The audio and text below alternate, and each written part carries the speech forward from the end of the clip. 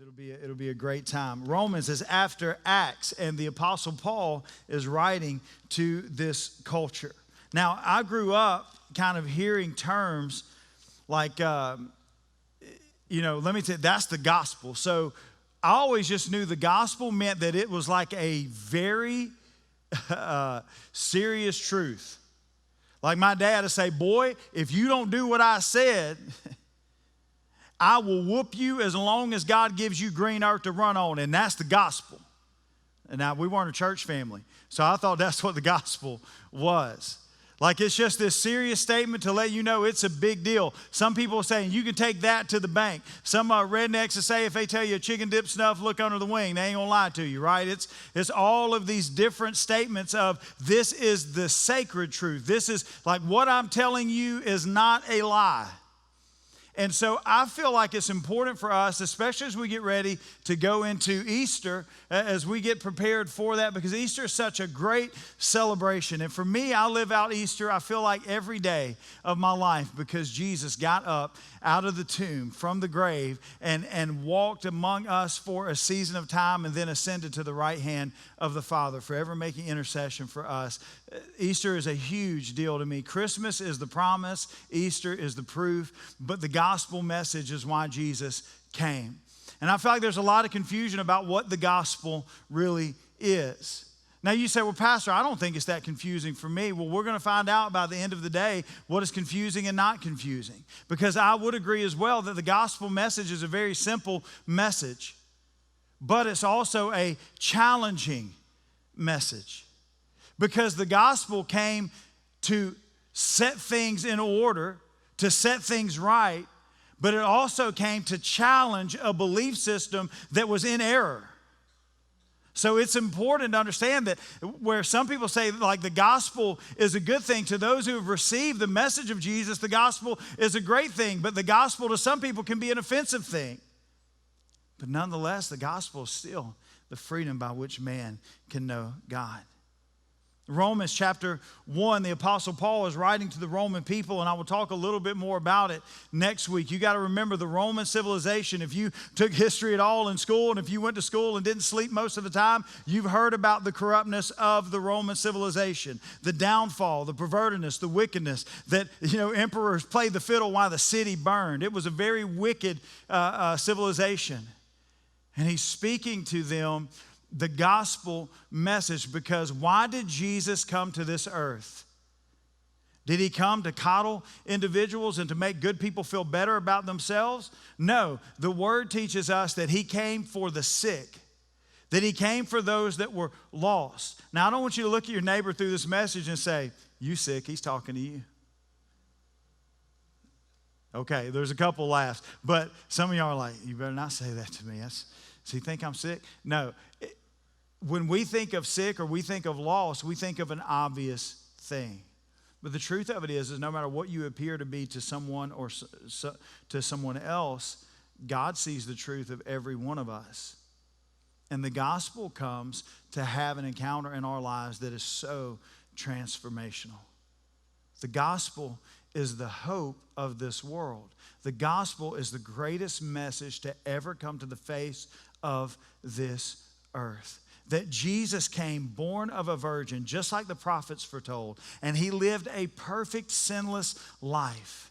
The only sinless individual human to ever walk the face of this earth, who was 100% God while he was yet 100% man. In his divinity, he was God. In his humanity, he was human, but he was able to live a life that was perfect without sin. The word says that he was angry and did not sin. That's how we know he was perfect. I mean, most of us, when we get angry, we don't remain sinless. Parenting, marriage, driving, Walmart, restaurants, somebody took your seat at church. I've seen some good fights about awesome stuff like that, right?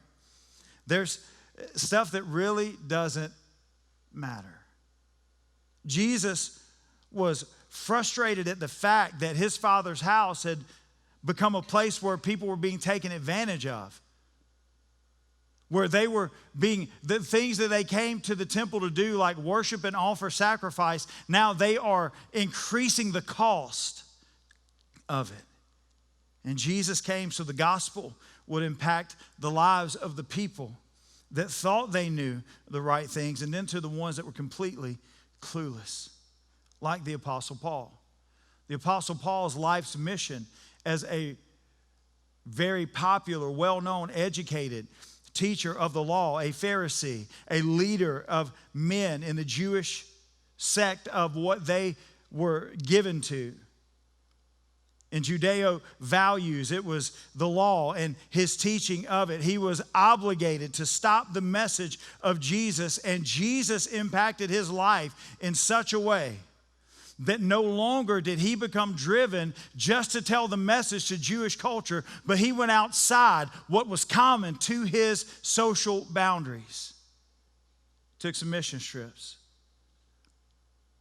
And in verse 14, we're going to pick up and read together in Romans chapter 1 and watch what this man who had an encounter with Jesus Christ becomes so driven to do, because the gospel changes everything. He says, I am obligated both to Greeks and non-Greeks. He's establishing what the obvious is to the Greek culture, to these Gentile people, saying, why is this Jewish man going to come and tell us about the good news?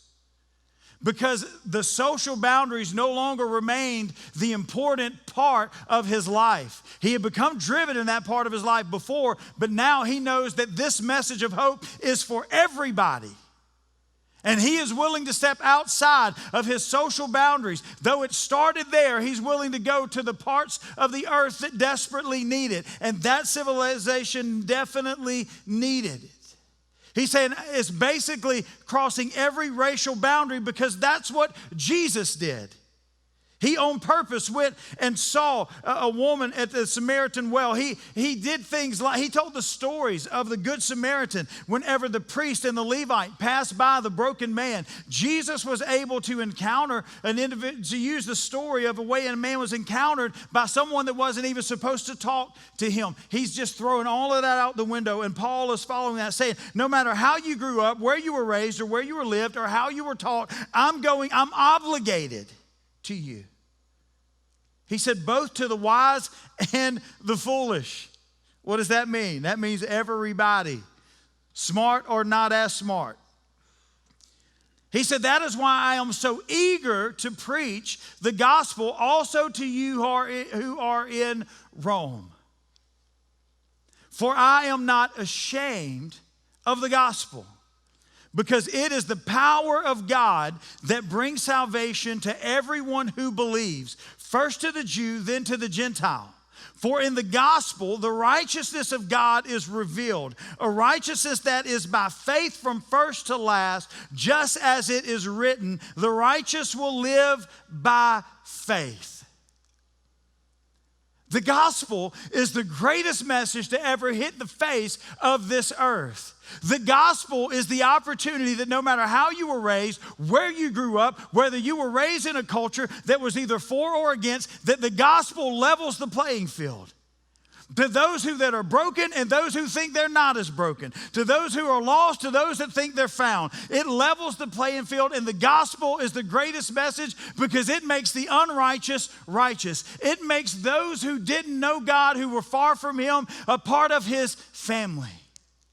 If you've ever not belonged, if you ever know what it's like to be a part of something dysfunctional, you know that the gospel message can give you an opportunity to come home to something that is genuine and something that is real, something that will never betray you, never be disloyal to you, never hurt you, never break your heart, never give you this anxiety that you can't sleep. Jesus is the gospel message of hope and peace and power. The gospel is a beautiful message.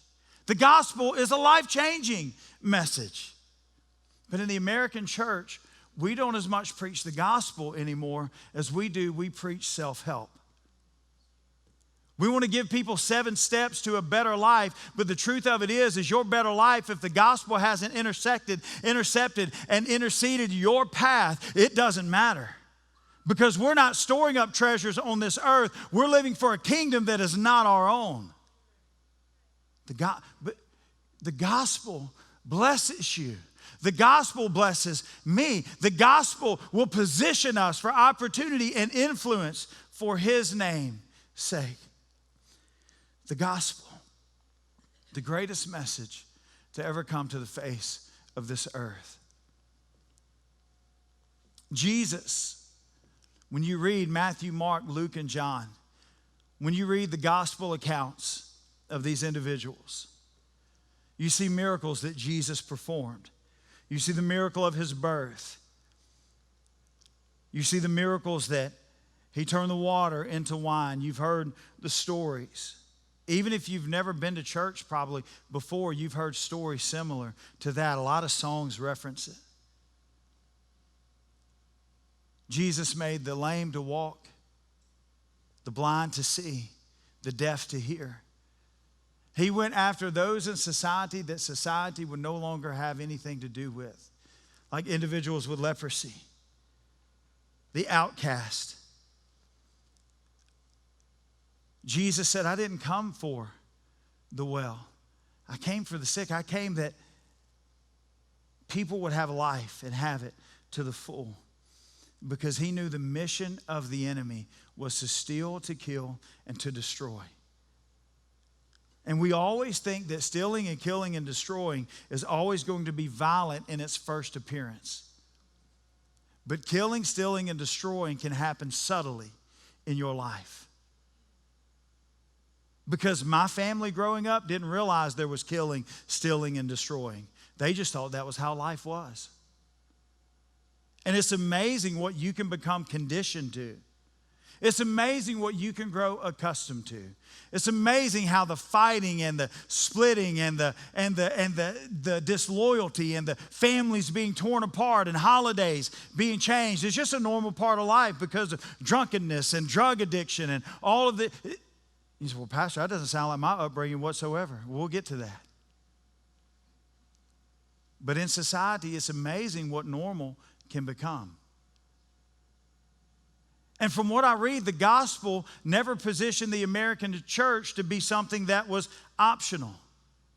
The church in general, in the book of Revelations, it is addressed in the first few chapters about the 7 churches in Asia Minor. And it is referenced, and there are challenges to the church because the enemy is going to attack the church. But the only thing that gives the church righteousness, and the church being His people, is the gospel. The gospel is the hope for all mankind. The gospel is the hope that our children will have a chance. The gospel is the opportunity that those that are far off, those that are living broken, can be made whole. And when we don't understand the gospel to be that, we make it to be something that we can control. And that is not the gospel. That is not the gospel that the Word teaches us about. See, when Paul says, I'm eager to preach, I'm not ashamed of the gospel. We understand this simple truth, and I'm going to give you 3 things today before we move on in this series. Is the reason that he wasn't ashamed of the gospel and he took it to a very broken society is because the gospel is for the broken. See, the brokenhearted, the broken lives, the gospel brings true freedom. Freedom that cannot be purchased and freedom that doesn't set you up for failure. When I look at gospel accounts, there's none more obvious to me than in the Gospel of John, chapter 8, when a woman is caught in the act of adultery. And the religious people bring the lady caught in the act of adultery to Jesus, throw her down at His feet, and says, this woman was caught in the act. She deserves to be stoned to death. Now, by the law, that was the truth. And the religious people were trying to trap Jesus to show that He would go against the law, to show if He really was a godly man that He could not deny the truth of what the law said. And Jesus, being 100% God, wasn't going to play these man-made games.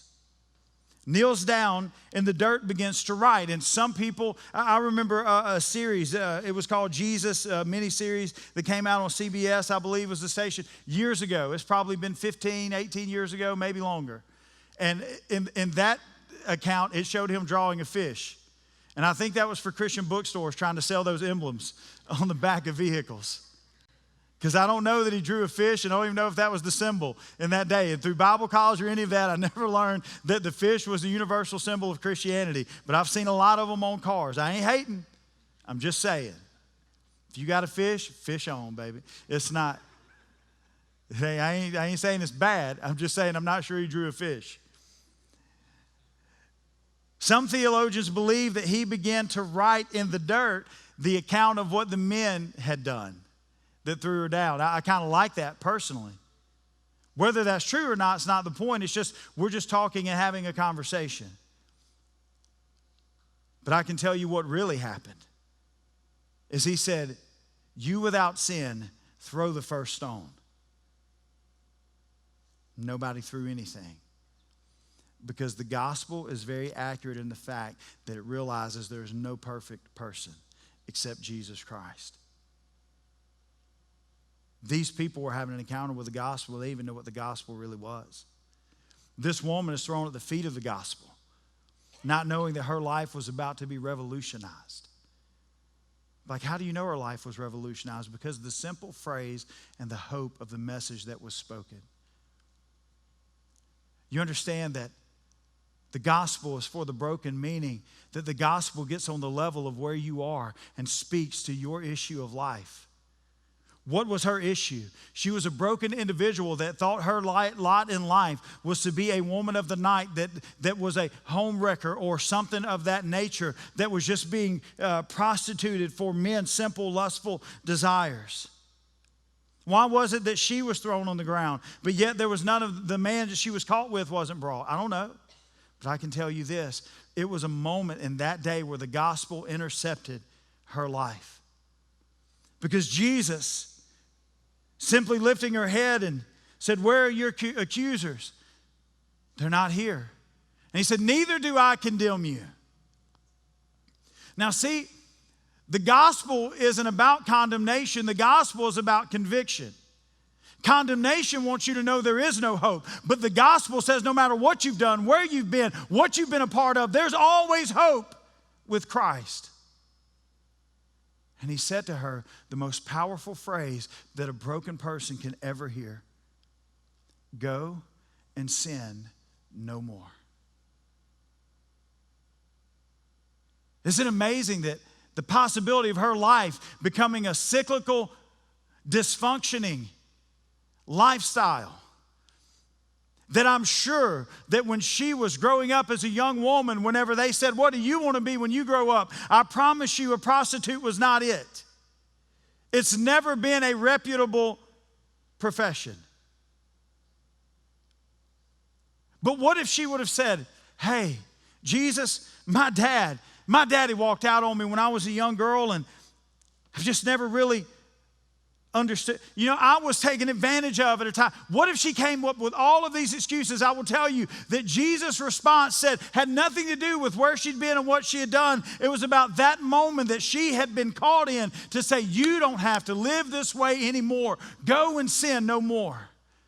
Can I tell you the most powerful message that a broken person can ever receive is you don't have to live that way anymore? That you don't have to walk in that life anymore. That you can be transformed. See, the gospel transforms everything in your life. Who I was prior to October 28th in 1998 is different than who I am now because the gospel intercepted a broken individual. Your life becomes about, I don't have to live that way. I don't have to do that. You mean I'm not going to... I don't have to be labeled this way. My name can actually I can have a reputation that is godly. I'm not just going to repeat the process. The go and sin no more changes everything. The gospel message is powerful.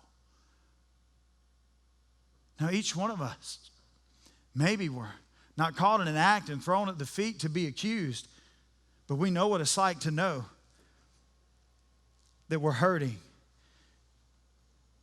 And we become so operational in our dysfunction that we just think it's just who we're supposed to be. That if you're a person who is manipulative, you think that manipulating people is what? No. The gospel says instead of being a life taker, you can be a life giver. Can you imagine the first man that approached this woman? Now, I don't know how they spoke in those early days to pick up on a lady. I'm sure, I don't know how they catcalled or whatever. I don't know if they whistled or... Can you imagine how freeing it was whenever she was approached to say, office closed. I don't live that way anymore. That's the gospel. The gospel takes a dysfunction and brings order to our life. That's why we can never be ashamed of the gospel. Systems, setups, all of the flow, everything else that we do, from everything that we're apart from, small groups, all of those things are about the gospel. Because the gospel changes everything. And there are broken people that don't want to appear broken because of the embarrassment of it. Can I tell you that the gospel never embarrasses you, where this world will have the last word. The gospel's for the broken. The second thing I want you to understand as we start this series is the gospel is not religion. See, religion is a set of rules that you can design and follow yourself to try and be a good person. But Jesus didn't come so you'd be a good person. He came so you would be a transformed person. See, religion can blind you. That's what Paul was blinded in persecuting the early church. But when he had an encounter with Jesus Christ, his life became about the unashamed representation of the gospel of Jesus Christ.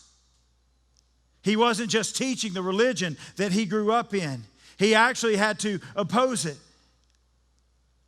See, religion says that if we obey God, He will love us. But the gospel's message says that because God loves us through Jesus, we can obey Him. Religion says that the world is filled with good and bad people. And the gospel says that the world is filled with people who are either repentant or unrepentant. Religion says that you should trust in what you do. And the gospel says you should trust in the person of Jesus Christ because He is the only perfect person that will give you purpose to live. See, the goal of religion is to get from God the things you want, like health and wealth and insight and power and control. But the goal of the gospel is not the gifts God gives, but rather the God of the gift given to us by grace. Religion is not about what I have to do. The gospel is about what I get to do. See, religion sees hardship in life as punishment from God, but the gospel sees hardship in life as the sanctifying affliction that reminds us that Jesus' suffering is a good thing. See, religious people say, oh, something's going wrong, then I must be doing something bad. But the gospel living life would say, oh, I'm facing opposition. It means I'm going in opposite direction than the enemy. That when you're going through the valley of the shadow of death, you will fear no evil. Why? Because your God will comfort you. That's the gospel. The gospel breaks the shackles of religion and makes you whole. I was pulling through a fast food service not long after I became a Christian, and at church they were saying we should be unashamed of the gospel and preach it everywhere we go. Well, sometimes I don't have the best timing, especially early on. I thought, man, I was nervous about it because you never know, like, I don't know what I thought would happen when I tried to share the gospel with someone, that maybe they would just laugh at me and it's like, you're an idiot. And I'm like, I know. I didn't know what would take place. And so I'm going through McDonald's in the metropolis area of Rayville, and it was probably the biggest restaurant establishment at the time. Pulled through the fast food and gone through, obviously, I listened to the intercom. You couldn't understand. I'm not sure she understood what I'd said, and I definitely didn't understand what she said back, but I just trusted by faith, because as a gospel person, I live by faith that it would be right by the time I got to the window and paid. I get to the window, hand over my cash, and I said, "Hey!" I gave the money. She's not used to probably people trying to have a conversation, a line of people. And I said, "Do you know Jesus Christ?" She said, "I'm Baptist." I was like, oh, okay, thank you. Because I didn't know. I didn't know what that meant. Because I didn't grow up in church. I didn't know that people identify with the church they were in instead of identifying with Jesus Christ. Can I tell you, the gospel came so that we would not choose a man-made establishment, but we would walk in unity to see the grace of Jesus Christ to rule and dominate the oppressive enemy that is trying to destroy people's lives. Religion will always put restraints on you, but the gospel will always liberate you. You don't have to be the most educated person to share the gospel. Religion would say you better go get an education before you open your mouth to talk about Jesus. And the gospel says that it's a whosoever will. There are people that you will influence that I will never meet. There are people that you will have an impact in their life. It may start in your home. It may start on your job. It may start in your school. But that's the gospel. See, religion would want to keep the gospel in the four walls of the church. The gospel says it's made for Mondays, y'all. It's made for the marketplace. Your community is your marketplace, and the gospel of Jesus Christ is the hope of the world. Religious people say that church is what I do, but gospel-believing people say the church is who I am. There is a difference between religion and relationship with the gospel. Martin Luther rightly said that as sinners, we are prone to pursue a relationship with God in one of two ways. The first is religion, and the second is the gospel. The two are antithetical in every way. That means he's just obviously opposed. There will be people in these last days that will claim to their religion why people are dying and going to hell. And they will stand and give account. Because Jesus, through the gospel of the message of hope, of life, of transformation, is what this world desperately needs. It's what it desperately needs. We need healing. We need provision. We need restoration. We need those desperately in our communities. How will that ever happen as long as we confine it to the four walls of a building? The gospel came so that wherever we went was an opportunity to share the goodness of God, the hope of Jesus. You're like, "Pastor, I'm just challenged because you're acting like this is a big deal." Absolutely. Absolutely. Absolutely. Because the last thing is this, is the gospel is our message. It is our job to make the gospel known to every person. It's our Great Commission. It is the life that we live and the words that we speak.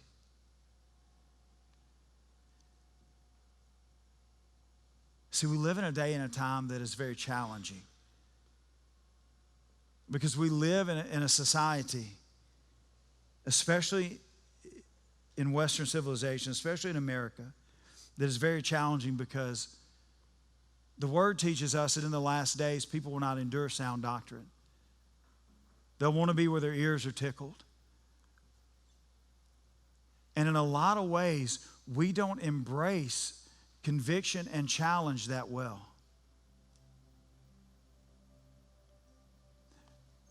But the truth is this, is that the gospel's message to us that convicts us that challenges our lifestyle, that challenges the things that we thought we knew. It is a beautiful opportunity for our lives to be changed.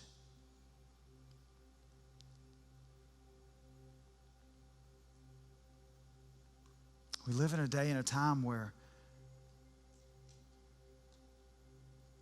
we say we love the central person of the gospel, being Jesus, but we're not allowing the gospel to change our life,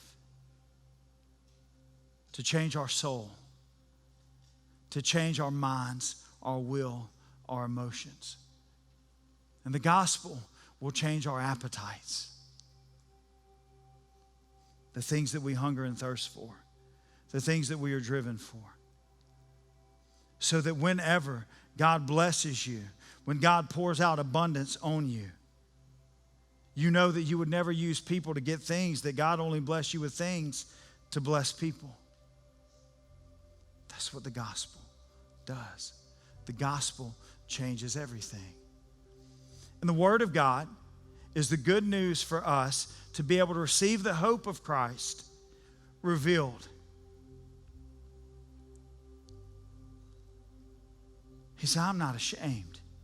I am not ashamed.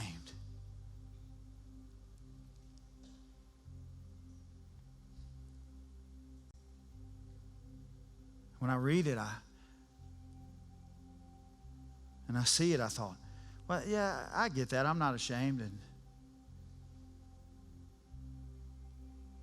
But if I would say as an individual that Jesus is the greatest thing that ever happened in my life, then why would the people that I work with risk burning in hell for eternity because I never opened my mouth to share the gospel of Jesus Christ?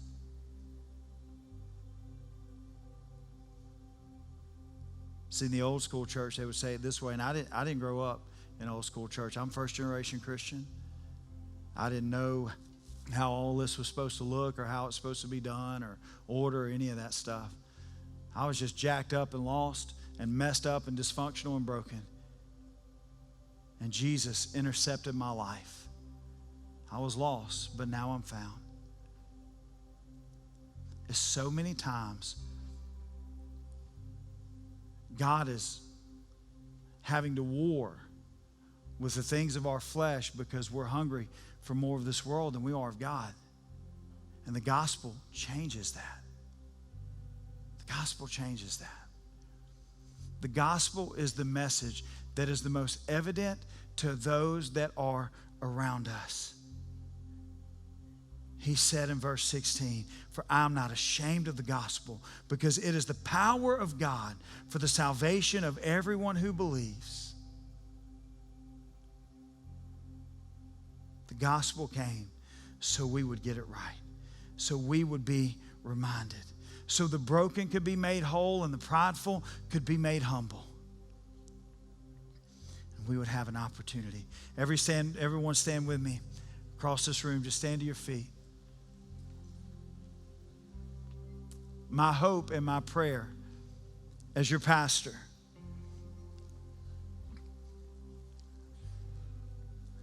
is that whether you were raised one way or a different way, that we can come to the unity of the message of Jesus Christ, the gospel of God, the gospel of hope, the gospel of peace. Can I tell you, the gospel came so that you will not live in the dysfunction the enemy is trying to throw on you. Jesus wants to set you free. Jesus wants to have that go and sin no more moment in your life, or he wants you to live as righteous by faith. Even when it doesn't make sense and you can't see it, he wants you to live by faith because that's the gospel. The gospel is the hope of this world, whether they know it or not. Every head bowed. No one has to leave yet. Today, I want you to know that it's all about a man named Jesus Christ that came, born of a virgin to this earth, and lived a perfect life, sir, ma'am, so that you could be made whole. And in an unashamed way today, I want you to know that Jesus loves you. That Jesus wants to make you whole. Jesus wants to redeem and restore you.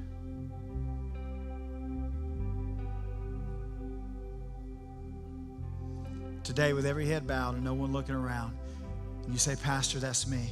I want to give my life for the gospel today. I want to give my life for the gospel today. I want to receive Jesus as my Lord and my Savior. Lord, you see. Lord, you know. Today you can receive. Then the second is maybe there's a possibility that you know the truth, and you know the truth of the gospel, but there's become a little bit of a distraction to where the priorities have just gotten a little out of order. Can I tell you, it's the subtle things the enemy would love to derail you with.